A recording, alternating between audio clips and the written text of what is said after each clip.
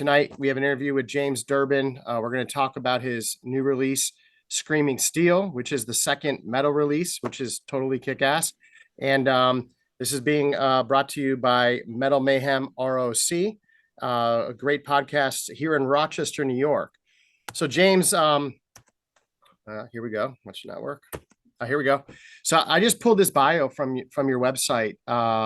For those that maybe aren't as familiar, with your background, and you kind of came into the metal world, I guess, for lack of a better term, during American Idol, which I want to talk about for a brief second. But I'm not going to read the whole bio here. But I think when you look back at it, you kind of had a good start, right? Especially in the rock metal world with Zakk Wylde, and then of course the Judas Priest appearance, and then there's a lot of other great notable mentions here. So just, if I may, just as you kind of reflect back, I guess, 2011 is when you kind of started getting out into the mainstream, but I imagine you've been active in music probably way before all that. Oh, yeah. So I've been playing music, making music pretty much since I was about 9 or 10. I got given my first hand-me-down guitar when I was 10. Yeah. And I got given the hand-me-down guitar and a chord book, and then I was big into Elvis at the time. And first song I learned to play was Heartbreak Hotel, and that just started my love of music from a player's perspective. That's awesome. That's awesome. So yeah. So again, even though the bio kind of goes back to that 2011, clearly you've been active much longer. But that kind of brings me to the next moment. And being a metalhead myself, and I'm a huge Judas Priest fan, as I know you are. I remember just at the time, my family being into American Idol. I was kind of a casual watcher, I guess, but they're like, "Hey, Mark, man, there's this metal dude." And then I know, because you were talking a lot about heavy metal, and that's some of the songs you sang. Then of course you had your infamous live performance. So when you look back at this moment, man, I even like started with American Idol, or even started your music career, like I imagine these are your metal gods, your metal heroes. Like when you look at this picture, like what does it bring back for you? Heat. Heat, hoping my hair wasn't gonna go up with all that hairspray in it. Um, surreal reality. I don't know if surreality is a word, but it's definitely hard to say, so it probably shouldn't be a word. I'm very glad I still have that T-shirt, and not sure why I did that little goatee. Not sure why I did that little goatee. Probably for Rob. And that was also, I learned that was Richie Faulkner's very first performance in Judas Priest. Oh wow, so it's really pretty cool to be a part of Judas Priest history in that way. And yeah, that's that kid. I'd tell him a lot, or maybe I wouldn't. yeah. I probably wouldn't. I'd probably just give him a hug. It's interesting you said that, because when I saw the video recently, and then Richie was kind of, you could tell he was kind of in the background. Now he's a lot more just present on the stage. I mean, Mm. there's good old Glenn looking good. Unfortunately, Oh, he's had some Glenn, health man. issues, which is really heartbreaking for all metal fans, right? Um, Yeah. but you mentioned tell the kids something different. If I may ask, what would that be? Um, I don't know. I just say just keep it up. Hug your kids. Hi, baby. Yeah. Daddy's in an interview. Yeah. Oh, there you go. Cool. You Good for got a you. cool car. That's amazing. Yeah. Yeah. Hug the littlest one. We only had one at the time, so Uh, definitely probably tell myself to bring me with me on tour. yeah. No, understood. Yeah, so look, I think it's interesting sometimes, James, when I talk to metal guys, I would say a lot of people remember this and remember you from it, but then of course some people do not. And I know it's hard to believe, it's been like almost 14 years now, right? Since Yeah, that 13 happened. this year, yeah. That's insane. Crazy. It feels like not that long ago, really. Uh, Yeah. It's it time is a funny thing. Yeah. Here's the other thing, because I've heard some other interviews, and around this time, and I think even since then, you've kind of talked about your kind of metal roots, and I know that you love the classic stuff, right? Priest, Dio, Mhm. Maiden, Sabbath. even in your two releases that you've had on, I guess, more on the metal side, you reference that a lot. I mean, Hmm. that's my guess is this is where you're kind of drawing your metal foundation from. And were you always like a kid, like loving metal when you were young? Is that kind of where it came from? First metal song I heard, I was probably 14 or 15, and it was Dio's Holy Diver. And from there, it just kind of opened up the floodgates of wanting to pull in as much of that as possible. It was and still is. I'm still just as um, much that wide-eyed kid that gets excited every time he hears Dio, because there's nothing like Ronnie James Dio's voice, his storytelling, his intention. That's what I listen to most nowadays. In Because when you're listening to music, you listen to it in different ways, especially over the years. And nowadays, understanding as an artist myself and trying to write this kind of music as well is like, what was their intention in writing these songs, in singing it that way, in the production, and in the mix. What was their intention with the way that they were presenting themselves, with their logo, with their album covers, with everything. So it's just as prevalent to me now as it was back when I was a kid, and even more so now because I'm actually trying to create something that I could um, put into that era, so to speak, hypothetically. Yeah, and I actually want to ask you about your album artwork in a little bit. I just had other just quick mini question back to the Totally. whole Priest situation with American Idol. How did that kind of come about? Did you approach the producers and say this would be great, or did they come to you after they knew the kind of songs you wanted to sing? If and I'm sure you told the story before, but just again, for those that may not be that familiar.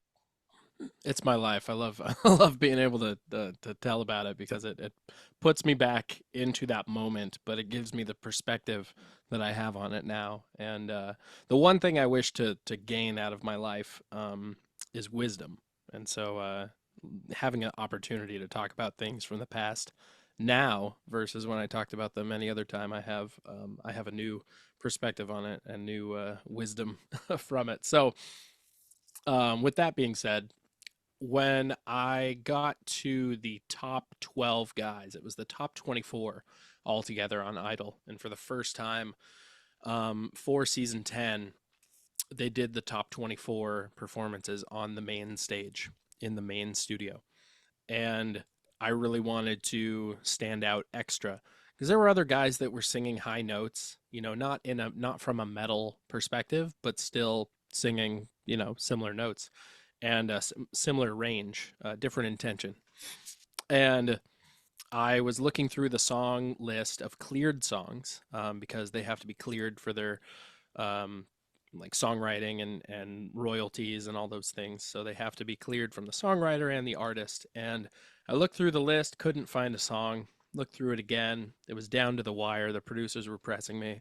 I looked one last time and I saw Judas Priest on there. I hadn't been looking for metal before. I was just looking for anything. And then that one just seemed to magically appear on the page. And I said, I'm going to do You've Got Another Thing Coming by Judas Priest. And the producers, British, were like, what the hell is a Judas Priest and why is it on my song list? And I was like, dude, you're British. Don't you know British Steel? Come on, man. New wave of British heavy metal. Come on, wake up. Right, man. Dancer. You dancer. Yeah. And so that's what I did. And it was like, oh, what? Judas Priest on American Idol. What are they thinking? Who? What? Like there was like all of the reactions. And then it came back from Judas Priest. As I had made it further into the competition, the people that get the songs cleared and reach out to different artists and do all that groundwork for the finale were like, hey, we know you're big into metal and 80s, so we've got two options for you currently. They would be Def Leppard or Judas Priest. And I was like, well, gosh, why do you have to do this to me? Right. Couldn't you just told me it was Judas Priest? I mean, so it Right. made it easier on me that I had sung Priest for my sort of first main stage performance, and got to show that I waved the flag for heavy metal, and to know that it had come full circle in that moment, Priest was the obvious choice for me. So I met up with them. We ended up, they invited me to dinner. I went to dinner with them, and it was all just like so. Like, I don't think at that point I knew that Rob was sober and, that it would just be this very mellow, quiet, peaceful evening with the Judas Priest boys Right. and their management and their team, and it was just such like an eye opener, and it was just so nice to just be sitting there and just breaking bread and drinking iced tea with Judas Priest at night in a dark private room in the back room of a restaurant, and it was just crazy. It was just something else. And then we ended up doing the rehearsals. So we did like a couple of quick run through rehearsals, and then we ended up doing a full dress rehearsal. And I saw Rob's duster coat that he wore for the performance, and I really wanted to try it on. I really wanted to like wear his duster coat because my vest in that last picture of us performing, my vest, which I still have, it has a patch that says "in training." So the concept behind it, my concept was I haven't earned my at that point hadn't earned my duster coattails or my sleeves. So I started with this vest, um and so the word didn't get back to him until after we'd already rehearsed with pyro and full dress rehearsal running through a couple times. And then Rob comes to me, he's like, "James, I heard you wanted to try on my coat." And I was like, "Yeah, yeah, Rob, that would have been cool." And he was like, "Well, you can try it on now." And he takes it off, and I'm like, "Oh, uh-oh." And then I put Nice. it on, and it's like putting on a pre-soaked wetsuit. And I'm just slipping into There we go. old his old gay British heavy metal skin, and it was just the absolute most metal thing that I've ever done, was slipping into that that duster coat, and it weighed a ton. And then at that moment, who should walk by, who was also performing on the finale, was Jack Black. So Jack Oh, Black is walking by. He walks right by me and Judas Priest, and I'm trying on Rob's jacket with my uh, uh, British steel hat that I had custom made for the performance. And he's just like, "What's going on here? What?" And I was like, "Jack, you want sloppy thirds on this jacket?" And he was like, "Oh, yeah, yeah." So somebody helped me out of the jacket. Then Rob and I are putting the jacket on the Jack, and then I crown him with my hat, and then we all got to take a group picture. I have like a copy of it, but it's like, it's got the watermark from whatever the photos are online from backstage and red carpets and stuff, and it's really grainy. And I haven't been able to find the original one, so I'll totally buy it. But yeah, it's one of my biggest just I don't know, greatest memories from the whole Idol experience and beyond. yeah, that's awesome. Well, you do a great Jack Black. And by the way, and I didn't know he was a metalhead. And I mean, I know he did that whole band camp movie, and then I don't know why I didn't put two and two together, but then I found out he's also a huge metalhead. So as far as Yeah. celebrities that fly the flag, right? Oh yeah, he's a metal singer. Tenacious D. They do Yeah. quite a lot of metal and wave that flag. And the Tenacious D movie, Pick of Destiny with Dio, screaming to him from his poster in his bedroom. And yeah, it was something else. It was really cool. That's awesome. That's awesome. We're gonna get to the new material definitely in a minute, but I just wanted to. This might even be more of my curiosity, or maybe it was Yeah. metalheads in general. I don't know, but like, you kind of were flying the flag for metal. You did, you perform with Priest, and then Idol ends, and then I think everybody was waiting for you to release, music, and then you kind of took a different path, rock. I know you do a lot of genres of music, and Mm. that's awesome, but I guess if I may ask, why did you kind of not go straight into kind of some of the metal stuff you've been doing as of late after Idol? Was it kind of pressure, from labels, or was it just artistically you weren't there? Yeah, it's just a curiosity question, I guess, in that sense. Yeah. So right after I left Idol, I mean, in Idol, after Idol, I signed the first album I did is the one on the bottom, which is Memories of a Beautiful Disaster. And that one was in 2011. And while we were on the Idol tour, I recorded one of the songs for a NFL um, for the fans album called Stand Up. And that was very kind of stadium rock sort of thing.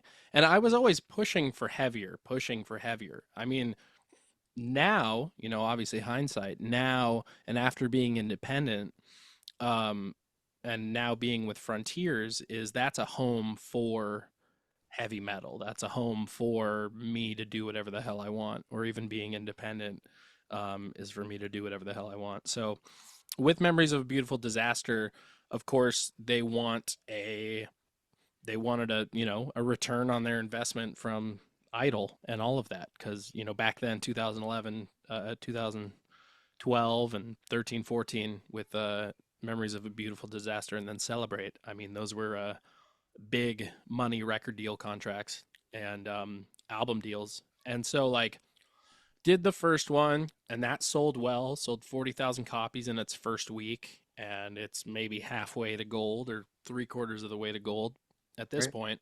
um but like that one served me well. I got to get a good amount of heaviness. Higher Than Heaven is pretty heavy. um Love and Ruins, I mean, we heavied things up when we played things live a little bit more than they were on the record. Hmm. And then toured that for a year or two. The label wanted a second album. We went into the studio with James Michael from 6 a.m., who I had written Higher Than Heaven with him and Marty Fredrickson. And we went to his place in Nashville. I asked the record label, Wind Up Records at the time, what kind of direction do you want for this album? We're writing it, we're doing pre-production, all that. So they said, no, no direction. We don't know. Just I was like, A&R, you're supposed to know. Like you guys were Right. all over my ass for the first album, and they said, oh, we don't know. So that was kind of weird.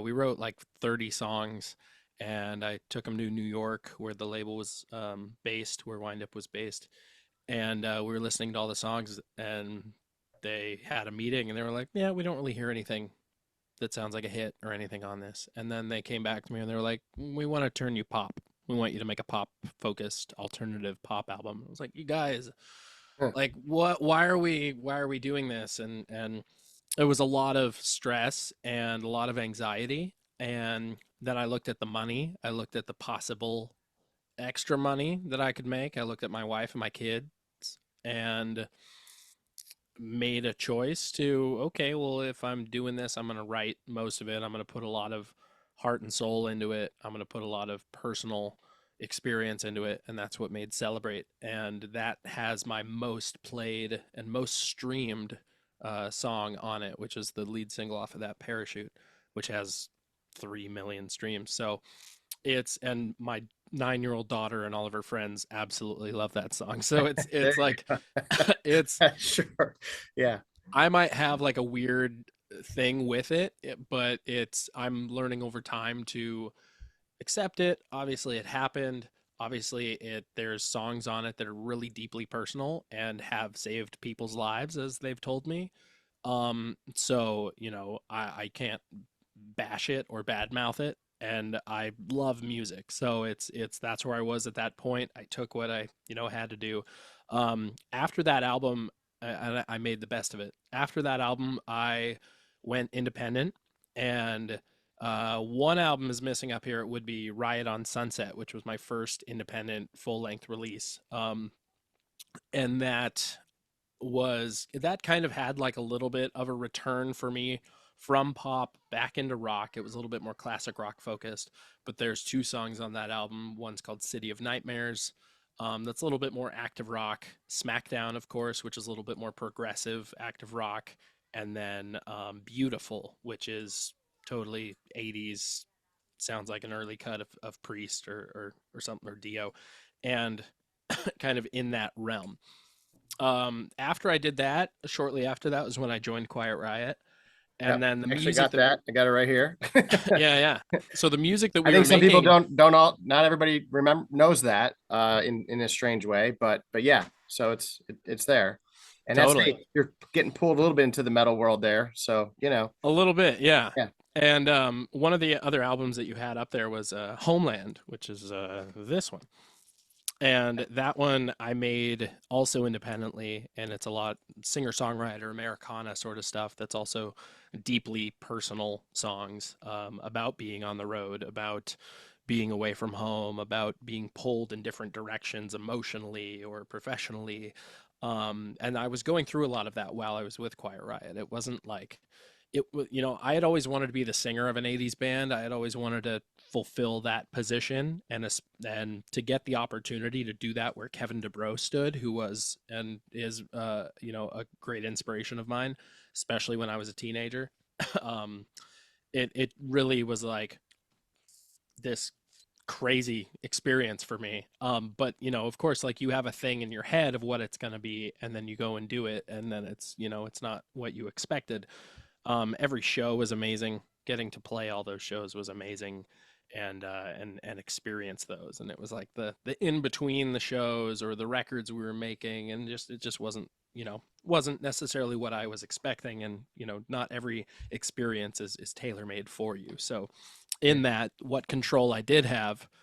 Without any use of the Quiet Riot name, which I didn't have while I was with the band or since, I made Homeland, which fully crowdsourced, crowdfunded that album and put that out. So I still have like a real um, personal tie to that Homeland album, and I'm working on a second Homeland album. But yeah, so jumping into the from those, I just like to explore as a musical artist. Music is um, my tools, music and the 12 notes, however I use them, whether it's with distortion and a double bass drum or or an acoustic guitar and a floor tom and a tambourine. It's like Yeah. or uh, all electronic equipment. Um, Whatever it is, however you get the ideas out and explore those emotions and those different musical landscapes, it's all good. It's all for the sake of music and all of that. I think of artists like Paul McCartney, for instance. He could do no wrong. I mean, he's done plenty of wrong. There's plenty of crappy Paul McCartney music out there. Yeah. I guarantee it. I Yeah. guarantee it. But Yeah. Yeah. it doesn't matter. It's you just paint with whatever paintbrush or medium you feel like that day. And lately, fortunately, for my longtime fans, it's been metal. And it's but any time that you're writing or doing any sort of thing, it helps to you know progress your writing across the board. If I write an Americana song, I was just in Joshua Tree with my family. My wife and I were sitting on the porch writing these kind of Americana singer-songwriter songs. Um, but that kind of stuff, for example, there's a song on the new Durbin album, Screaming Steel, called Where They Stand, which was a singer-songwriter Americana song that I was writing during the Homeland sessions while I was with Quiet Riot and Right. restructured it to fit on my metal album. So, it's all music. Sure. Actually, that one we'll talk about that in a minute, but that's one of the more melodic tracks on the album. And I know Hmm. you like to. I've heard other interviews where you talk about you love melodies and you love Hmm. hooks and the melodic style of metal. But it is interesting because I think even Rob Halford has said this in the past that heavy metal still has always been one of those genres that has never truly been fashionable, or there's been a lot of Hmm. mystique around it, or even misconceptions like like you said, hey, you had this quiet dinner with Judas Priest. They're not like riding Harleys down the hotel lobby, smashing windows, like Yeah. and worshiping the devil in between, right? Like There's there's no that. cocaine on the on the dinner table. There's no um, strippers, female or male, in the room. yeah. But in a weird way, that there's also a weird thing about metal too, where I think like diehard metalheads like, oh man, metal and death to Hmm. posers, like everything else is not right. And but again, at the same time, look, it's the music industry, it's the business. Like you said, you're making choices, and just because you love one musical genre doesn't mean you don't love multiple ones. And I think a lot of metalheads, if you really were to quiz them, they probably would say, hey, I do like other forms of music, obviously, right? But Absolutely. Another thing you have to consider is metal doesn't pay the bills. yeah, it's not, Metal well, has not paid a single one of it's my true. bills. It Okay. has not. It has not Yeah, contributed that's in part to my mortgage. yeah, no, fair. Although, look, let's be honest. The good news is the our metal heroes certainly it has, but Yes. that's maybe a topic for a different day on the Yeah. future of where metal goes. But I will tell you this as a metalhead myself, knowing your history, and then when you came out with this one, and I was like, oh, cool, man, James Durbin's gonna go do a metal album. I was kind of like, hey, about time, and I couldn't wait to hear it. And dude, like this is funny too. There were some text messages going around when you put this video out. We're like, dude, does it get more metal than this? There's Durbin in the freaking woods, wearing with the sword, fighting some mysterious creature with the metal horns and that song Prince of Metal. We're like, like it doesn't get any more metal than that, to be honest. Thank you. So Thank what you. was the I deal love. there? Like, is that the goal? Like, hey, I just need to I'm gonna go all in. I'm gonna be metal, and that's here we go, right? It was. I've always enjoyed the performance of everything and the theater of music. I grew up in theater. I grew up singing in choirs and church choirs, community choirs, school choirs, and state choirs, and all that. So like, and then theater was. I always loved playing a different character because I didn't like being me. I always wanted to play somebody else. And then through that, I was able to take aspects of those characters and apply myself to those characters and take a little piece of those characters and apply them to myself. So a trade between all of these different, a transaction with all these fictional parts to figure out, who I am and get comfortable in my own skin. So um, I've always, with Celebrate, for instance, having to step into the role of a pop singer and try and put that on. So with doing the Beast Awakens, it was I didn't buy any of the like the picture on the right with the hood and the beard and the priest shirt. I didn't buy any of that stuff. I have that stuff. So it's just like Right, it's how I wear it. right. That vest was actually a little it had soft sleeves and I got that during the Celebrate stuff that happened. So I customized it, ripped the sleeves right off, threw some pins and patches, and the back of that thing is rad. It's got this tiny little T-shirt that somebody gave me that was all ripped up, but it has it's from some heavy metal festival somewhere in Europe in the late 70s, and it's got like Foreigner, Blue Oyster Cult, Motorhead, Iron Maiden. It's like the most bizarre lineup, but I've got it stitched on the back of that thing. That's the gauntlet that I wore when I was singing with Priest on Idol. That's the Judas Priest shirt that I was wearing when I sang with Priest on Idol. So just presenting myself differently, and I wanted to like present it as it could have been unearthed from the 80s. That's been the whole thing with Yeah. Durbin, is that the aesthetic, the era of metal that I love is stuck between 1982 and 1986. And so like or 83 and 86. So like it's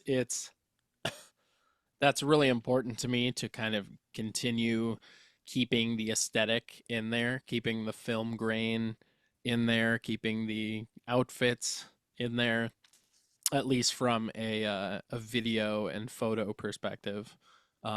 Is keep it with that. So it was a lot of fun to do the sort of Dio Holy Diver, with the sword, grew out the beard extra scraggly.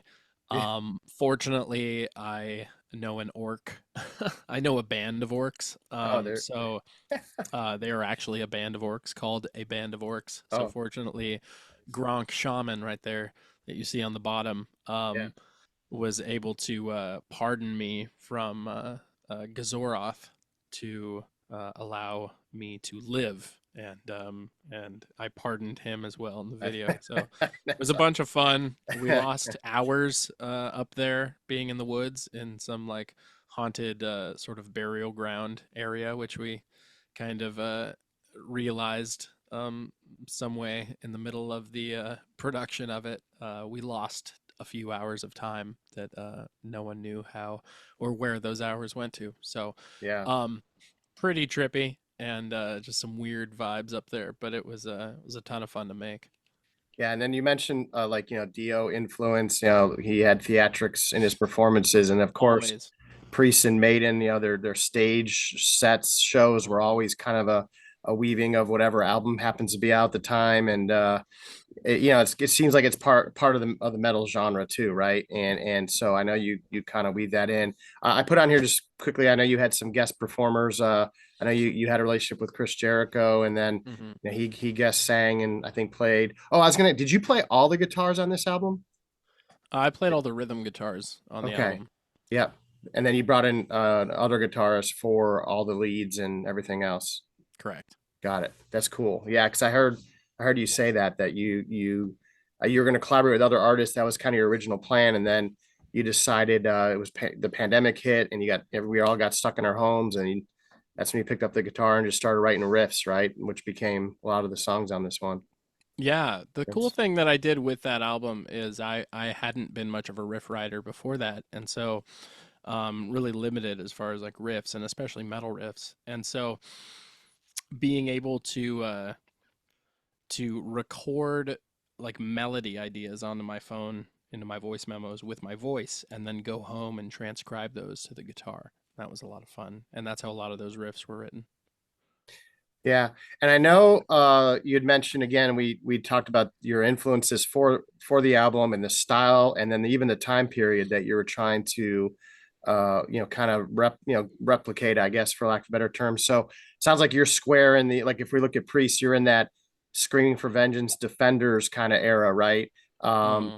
that's, you mentioned Sacred Heart, like that's kind of what you visioned when you went to write the Beast Awakens, was kind of trying to get in that 80s zone, I guess, even though some of those bands obviously have put out a lot of music since that era. But is that's where you're going, right, with that whole idea?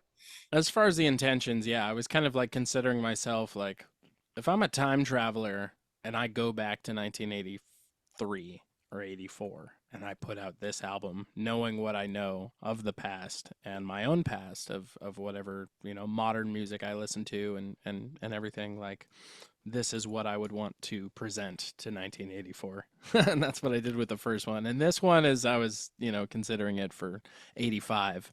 With Right. with the first album, I also was going through different artists' catalogs and going from their first album and starting with their first album and understanding like, okay, what were their influences? What was Judas Priest's, influence when they did Sad Wings of Destiny? Like, what else was going on out there? What else were they listening to? And it took me to why can't I think of the name right now? Deep Purple and Black Sabbath and Lucifer's Friend and Sir Lord Baltimore and just these bands of the era that were doing, that sort of early heavy bluesy doom, sort of a rock at the time. And let that inspire me as well to kind of get into that headspace. Being a limited guitar player as far as like riff writing, I also put myself into the kind of the writing block of Tony Iommi, where he can do so much with something that seems so simple, with something that's, simplistic in nature and kind of sticking within the first three frets of the guitar. And and that's hard. It's really hard, but I still love these sort of like archaic sounding caveman kind of riffs and guitar melodies and hooks that being able to write, start with that, find something there, and then expand on it, add a harmony part, and then just keep creating the song from there was super helpful.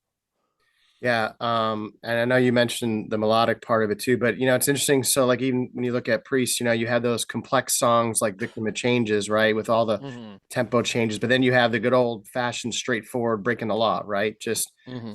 simple riff, and there you go, right? So it seems like you're trying to get a little blend of that, right? You had a little songs maybe that a little more complex, a little more like even kind of like going into that speed metal world, but then Hmm. some are just very melodic, straightforward, like you said, simple riffs, right? I mean, it seems like it's kind of artistically kind of going in both directions. Yeah, definitely. And it's a hard thing to write on your own.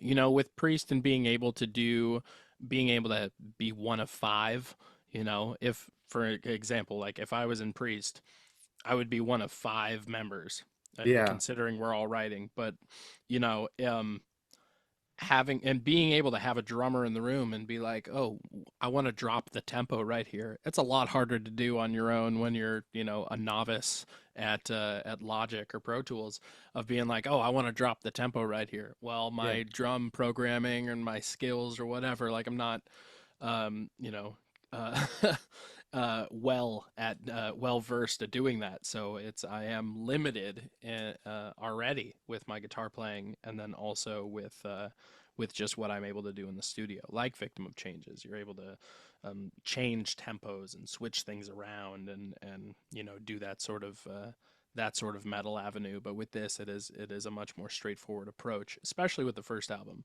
With this new one, with Screaming Still, I was able to do a little bit more of that, with changes and that sort of thing. But it's definitely something that you have to work five times as hard if you're the only yeah. guy in the room.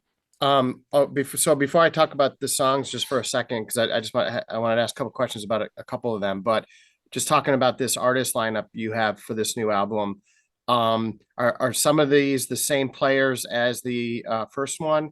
And then was there more collaboration? Meaning, were they bringing more ideas to you, like you said, kind of more of a band kind of aspect, or was it still mostly driven by you and your song ideas, and then they were just kind of bringing to life kind of what your concepts were? Yeah, so with both Durbin albums, I've written all of the songs 100%, every Hmm. riff, every lyric, every melody. So, Oh, wow. um, and with both albums, I mean, what I give to the musicians that play on it, who play the rhythm guitars, like Aldo, playing the rhythm guitars, and then and Luca, who also played some guitars, and Marco, who played the drums. For all of them, what they played was exactly what I presented in my demos. So fortunately, the record was being produced in Italy. It was being mixed and mastered by Aldo. And so I just had him play exactly what I played on my demos, just because I didn't want to have to re-record and retrack everything, because he's got a Hmm. quicker and more precise hand than I do. And I also wasn't I had an album to deliver, so whoever could do it quickly and get the recordings out there, as quickly as possible, to get them back to me to record the final vocals and everything. Um, that was just the way that it worked out. So I So do was have Aldo part of the first album then? no, Aldo Okay, wasn't okay, had okay, nothing to do with the first album. okay. Um, as far as people that are reoccurring on this album, it would be, let's see, Eric James Peterson. Um, is Eric has been my drummer in On Again Off Again for a number of years. He played all over the Riot on Sunset album and those tours, and then he's been the live Durbin drummer, for all of the shows that we've done. Mike Roberts is my orc and is my bass player in my live band. So he played all and wrote all of his bass lines for the album. Those weren't provided because I'm a very just for the demos I play along with the riff, for the bass. And so much like the guitar solos, Mike Roberts had full reign of what he wanted to do on the bass sections. And then let's see, um, for guitar soloists, Dylan Rose and Moksha are both my guitar players in Durbin in the live band, the live lineup. Moksha, one word like Madonna. He does have a last Cool. name, but we don't use it. So, and if we do, it'll be Hart. It'll be Dylan Rose and Moksha Hart. I love it. Um, so we'll see. Hart and Rose, a little cheese, but we'll see. It's 80s. We might Yeah, do it next one. cool. And let's see. John Yaden Jr. is returning. He played on 5 or 6 songs on the first Durbin album. Phenomenal lead guitar player from Santa Cruz originally, but when I knew him, and lives in Austin, Texas now. And then Taylor Washington from Paladin and Conan Gonzalez from Ex Mortis. Just both phenomenal guitar players that I went and saw. They were touring in town and happened to go to that show and got both of them to play on my album. So pretty sweet. So, I mean, great talented musicians and compliment what you're doing recording wise and came out with a great product. And well, one thing I was going to ask just about kind of, so when you went into your mind of, okay, I have my first metal release out, time to record a second one. Where were you trying to go musically? Trying to, heavier, more melodic, kind of just replicate. It sounds, there's it's definitely an evolution, but there's seems Mhm. like that, you're the kind of the general stamp is there from the first one. So were you directionally trying to go in a certain direction on this one? Originally, I wanted to keep the thread running through from the first Urban album, which was a pretty much a concept album Yeah. Yeah. about the Prince of Metal Yeah. and his run of the realm. And I first began with the song Rebirth, which was going to originally open the album, and it was going to be set in space.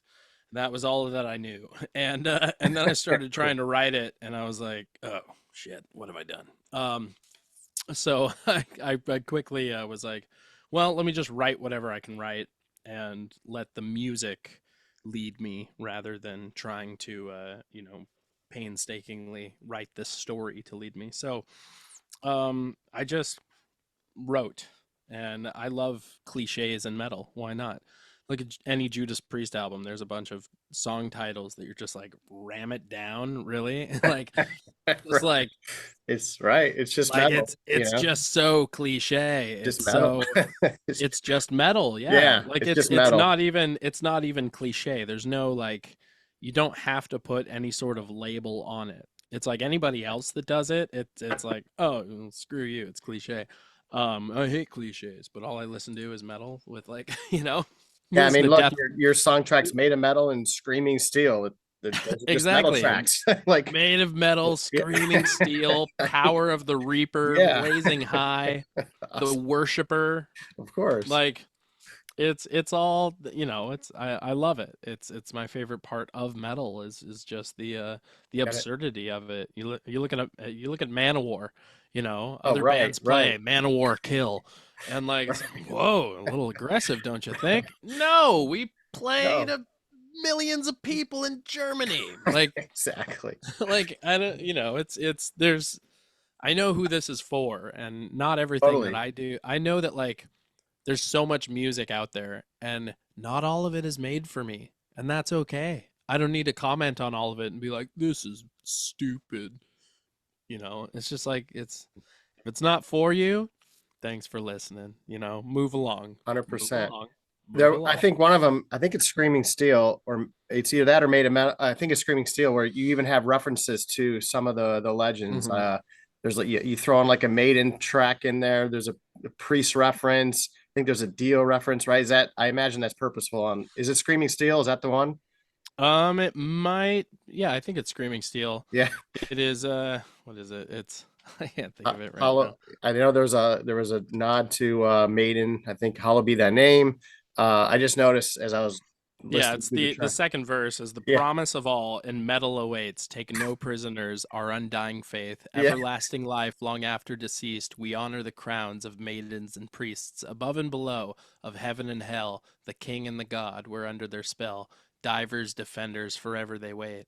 Forever They Reign, Hallowed Be Thy Name. See, there you go. Awesome. And Yeah. I think you slapped in Defenders of the Faith somewhere in there too. So, Yeah, I think oh it's man. on it's the second verse of Made of Metal, which is the spirit igniter will soar ever higher, unbreakable warriors roaring and breaking the chains. In metal united we carry the fire, immortals in glory forever defending the faith. All shall bow down. Dude, awesome. Like, there you go. Any metalhead that doesn't relate to that one, then I don't know. Like you got to Yeah. question their It's metalness, right? it's it's it's a love letter to the genre of traditional and new wave of British and just classic Yeah. era heavy metal. It's the thing that if you're into metal, chances are whether it wherever it's taken you, chances are it began there. And Yes. so it's begun there, and I've gone in different directions with it also, but for me, nothing beats the classics for me. And so like that's where I'm most inspired to create my own metal, is somewhere, that rests in between the cracks of those classics. Yeah, no doubt. Oh, what's this Worshiper 1897 reference, if I may ask? There is What's with that a year?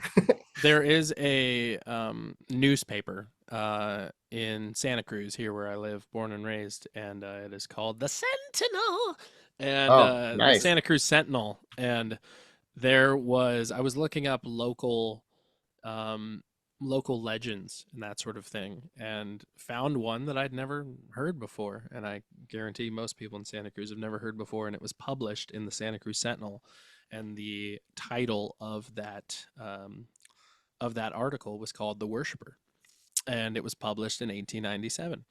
And it's about this cryptid creature that comes from the ocean and is kind of ocean land, inhabiting both worlds, and it guards this just unimaginable hoard of treasure.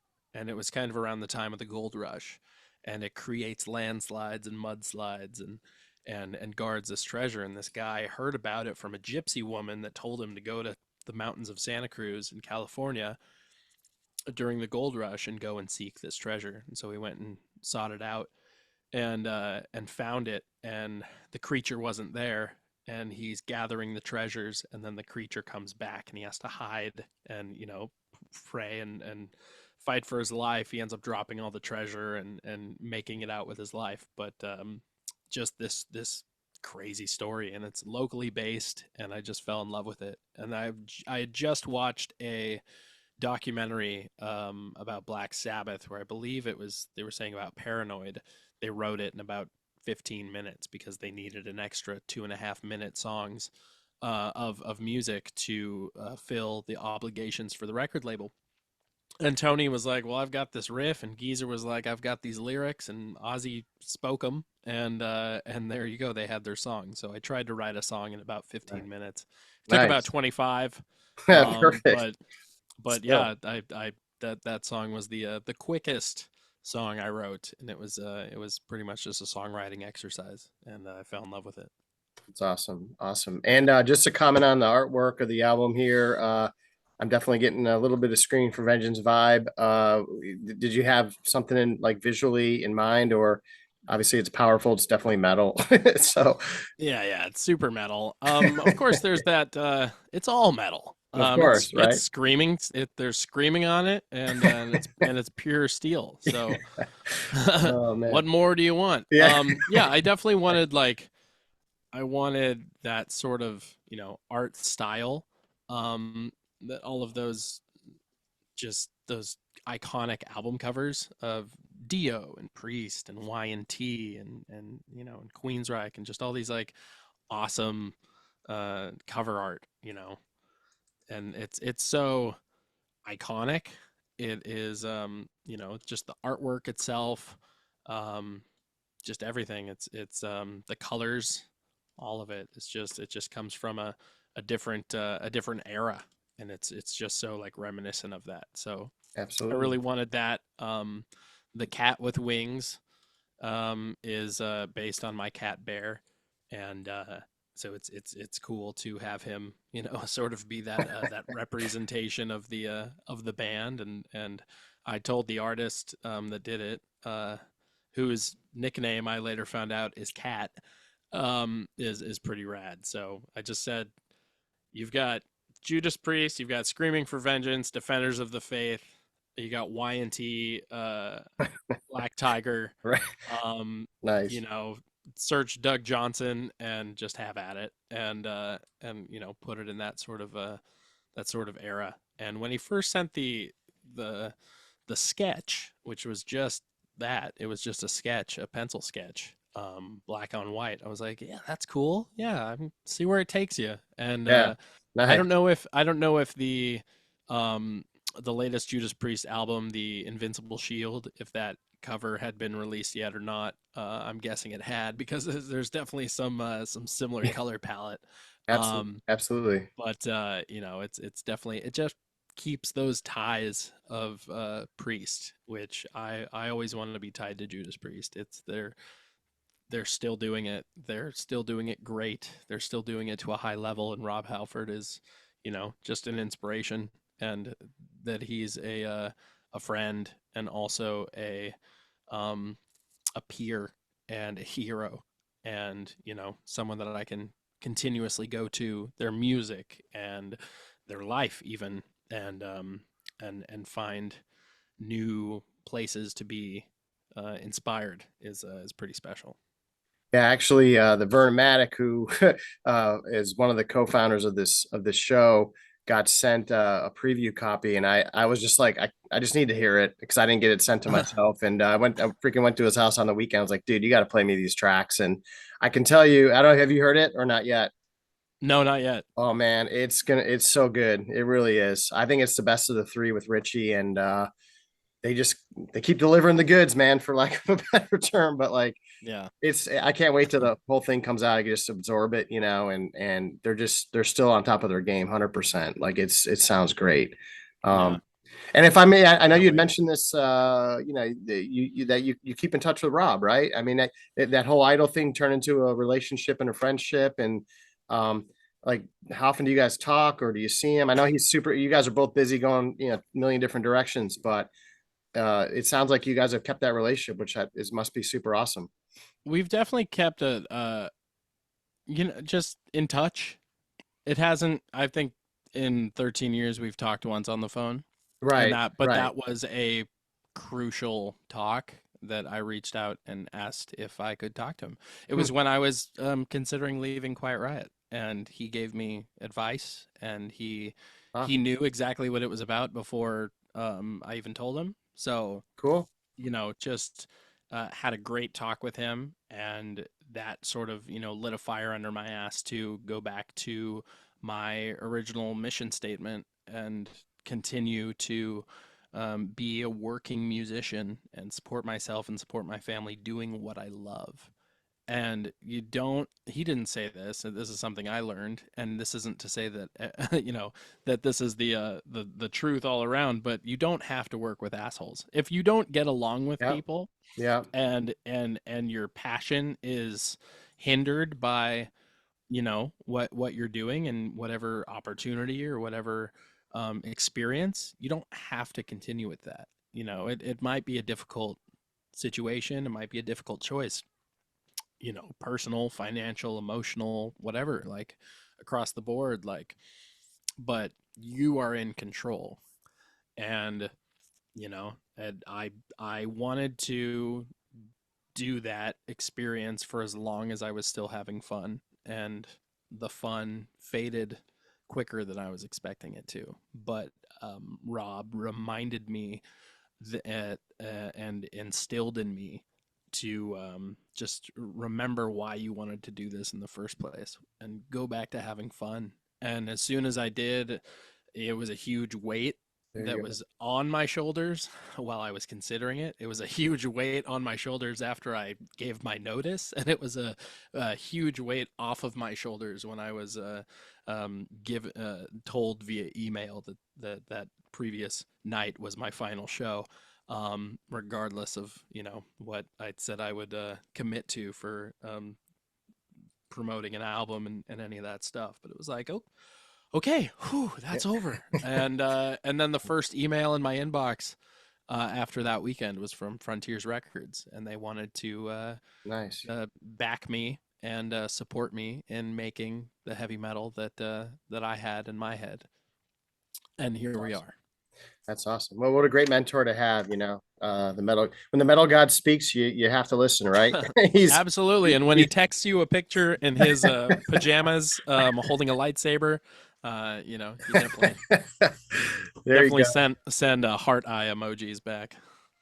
So hey, we're coming up on the hour, and I appreciate your time, and I don't want to keep you longer than we have to. But at the same time, just want to mention Clean Break as well. Another great collaboration, right, with some great artists. I love the Striper guys. Perry Richardson's great. I think he's a good injection of energy into that band, for example. And Hmm. yeah, Definitely another was. melodic piece of work here, right? So you gonna record some more stuff with them too?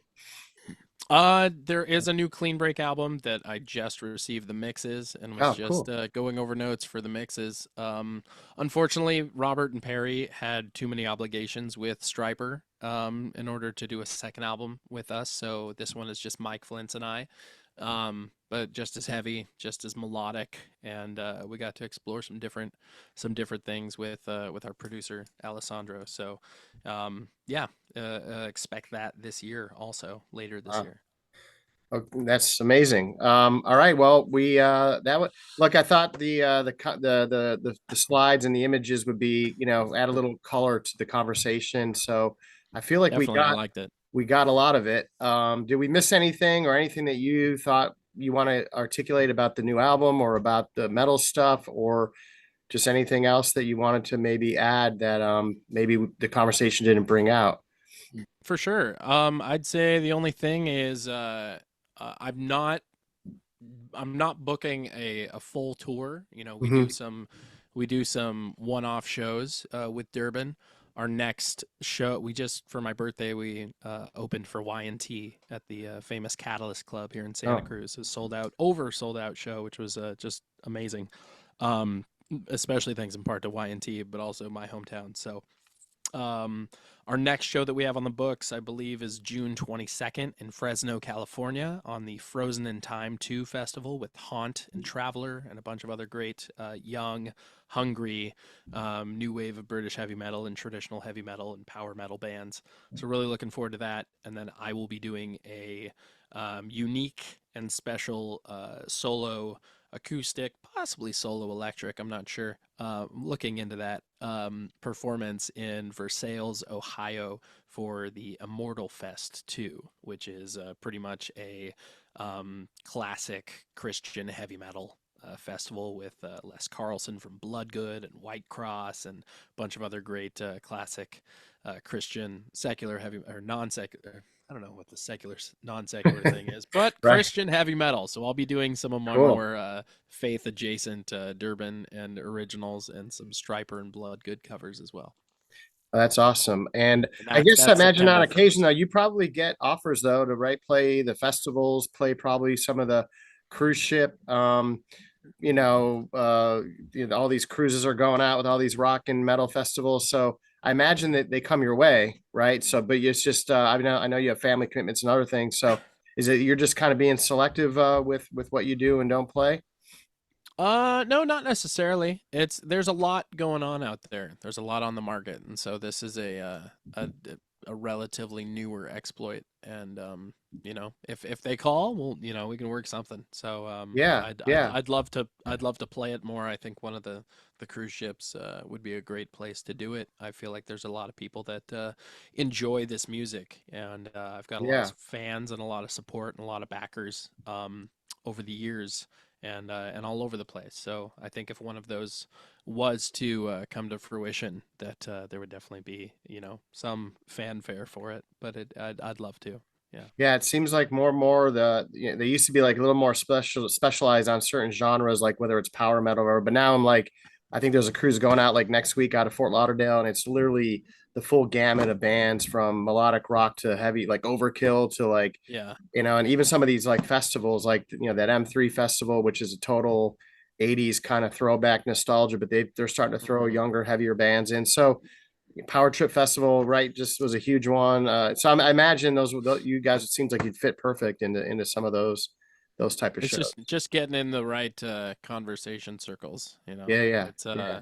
yeah, they're definitely a closed conversation circle. So you know, just getting in with the right people, and you know, I'd love to. It'd be great if the Awesome, opportunity awesome. arises and there's a spot for Durbin. It'd be you know, we'd be more than happy to make something work to play them. Cool. Well, James, I appreciate. First of all, congratulations on a great album. Again, the metalhead in Thank you. me, I'm digging it. It's cool. It's refreshing. The fact that you're a younger artist putting out metal is cool. Yeah, this is the second time I had a chance to talk with you, and I just think obviously you're a great musician and a lot of character and integrity and all that. So I just want to say Thank you. thanks. Appreciate your time, and same thing with the guys over here at this Metal Mayhem Rock. You know, we all love metal. We're just trying to carry the torch, promote it, bring the word out, bring stories out about the music that maybe you just can't, hear otherwise, right? So yeah, it's just fun. We get a chance to do this, and I appreciate you taking the time to talk with us in that way. So Awesome. Likewise. Metal for life. Thank you for listening to Metal Mayhem ROC. Check out our website at metalmayhemroc.com for information on podcasts, archives, links to all our live radio shows, and all sorts of info. Please like, follow, and share with everyone, even your non-metal friends. And always remember to keep it heavy.